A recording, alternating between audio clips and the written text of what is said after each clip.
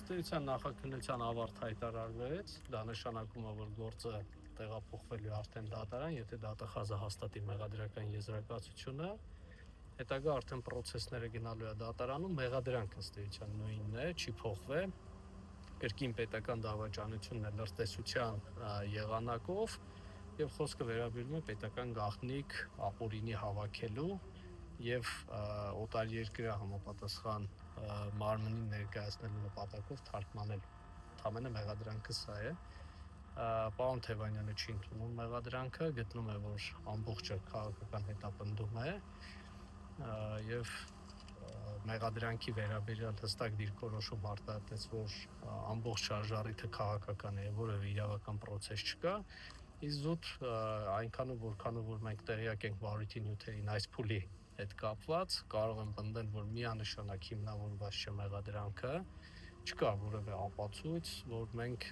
առհասարակ գործ ունենք պետական գաղտնիքի հետ։ Հետևաբար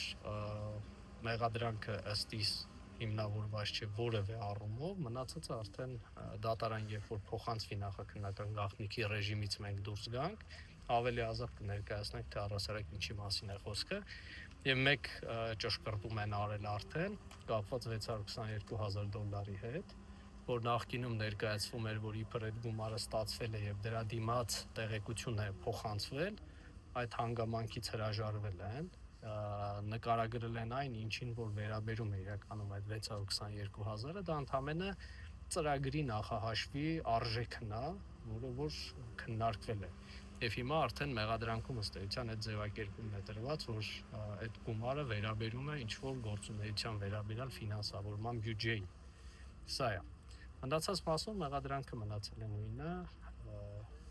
երևի թե այսքանը, մնացած արդեն առարկայական գզրուցենք, երբ որ փողը կապված որ շատ բան առաջացրել։ Ձեր ոչ այդ փողը կա։ Չկա, դա երբեք չի եղել այդ փողը, դա ընդհանրապես եղել է նախահաշվի գումար, որ ինչ որ ծրագիր իրականացնելու համար անհրաժեշտ է այսքան գումար։ Այսինքն ոչ որ գրանտ են ներկայացնում։ Հա, նմանատիպ բան է, որ եթե հանդիպումներ են անելու, ինչքան ծախս պիտի արվի, այս ԶԼՄ-ների հետ հանդիպումները ինչքան ծախս դրան է վերաբերում այդ ամբողջ գումարը։ Այսինքն այդ գումարը երբևէ չի վերաբերել որևէ տեղեկություն փոխանցելու նպատակով ստանալու կամ փաստացի չի ստացվել, չկա նման տեղեկություն այդ գումարի հետ կապված։ Այսինքն պարոն Մարաբյան, երբ որ եւս 2 ամիս ցկվեց, այն ժամանակ, ինչքան մենք գիտենք, ասել են ժամանակ տվեք, գնանք ֆինանսական հաստատում բերենք, ըստ էության չեն կարողացել բերել ֆինանսական, այսինքն գործարք, փոխանցում, շարժ։ Այս պահին ես չեմ կարող ասել, որովհետև ամբողջ նյութերը չենք տիրապետում, բնականաբար հաստատ ստուգել են բանկային հաշիվները, բանկային գաղտնիք կազմող տեղեկատվությունը նայել են, հավանաբար չեն ստացել որևէ ապացույց, հետևաբար եկել են այդ եզրահանգման, բայց ի սկզբանե էլ պարզ էր, որ այդ $622,000 վերաբերում է ընդհանրապես ինչ-որ ծրագրերի իրականացման նախահաշվին։ Այսինքն դա երբեք չի եղել։ Կոպիտացիան չկա, էլի կոպիտացիան։ Կարելի է պնդել, որ այն որ երկրորդ անգամ եկան 2 ամիս ուզեցին, դրանից հետո մինչ օրս նյութերի ծավալի մեջ որևիցե նոր նյութ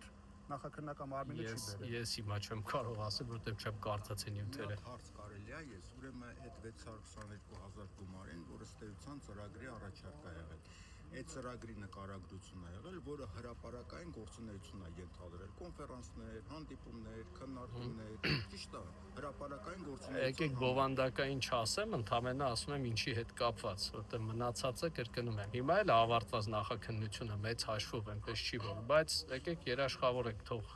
արդեն երբ որ դատախազը կհաստատի գնա դատարան, ավելի ազատ կներկայացնենք, թե դա ինչին է վերաբերում։ Այսինքն բացարձակապես այն սկզբնական հաղորդագրությունը, որ ներկայացվել էր իբր այդ գումարի դիմաց տեղեկատվությունը փոխանցվել, դա իրականության որևէ աղերս չունի։ Այսինքն այն ինչու մեղադրում են, ստացվում է որ Չէ, մեղադրանքը ուրիշ բանի մասին է։ Մեղադրանքը վերաբերում է պետական գաղտնիք կազմող տեղեկությունը ձեռք բերելու եւ փոխանցելու նպատակով թարգմանելու, սրան է վերաբերում։ Իսկ այդ գումարը սկզբից նշվում էր, որ իբր այդ փողի դիմաց պետական գաղտնիք, հետո փոխվեց։ Իսկ երկիրը նշվում է, պարոն Մարաբյան, որ երկրի հետ է կապված այս ամբողջ Եկեք այդ առարկայական արդեն երբ որ գործը դատարան կմտնի, մանրամասն կներկայացնենք, թե ինչին է վերաբերում գործը առհասարակ։